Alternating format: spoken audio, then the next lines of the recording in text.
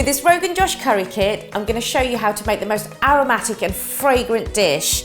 It's really easy to use because it's full of the most beautiful spices, and I've taken all of that hard work out for you. All you need are a few extra ingredients, so let's get cooking.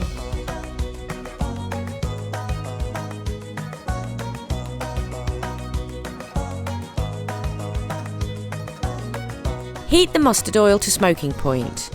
Leave to cool, then reheat and add bag 1 and salt to taste. Once the spices become fragrant, add the ingredients and fry until just browned. Reduce the heat, stir in bag 2, leave to cook on a low heat so the spices don't burn. Add a splash of water if required. Stir through and cook for 5 to 10 minutes if using meat, or 2 minutes if using other ingredients. Stir in the yoghurt 1 tablespoon at a time. Once it's all mixed through, place the lid on the pan and leave on the lowest heat setting to simmer gently for up to an hour for lamb, 25 minutes for chicken, or 10 minutes for other ingredients. Once it's cooked, you can add some boiling water to create a lovely gravy.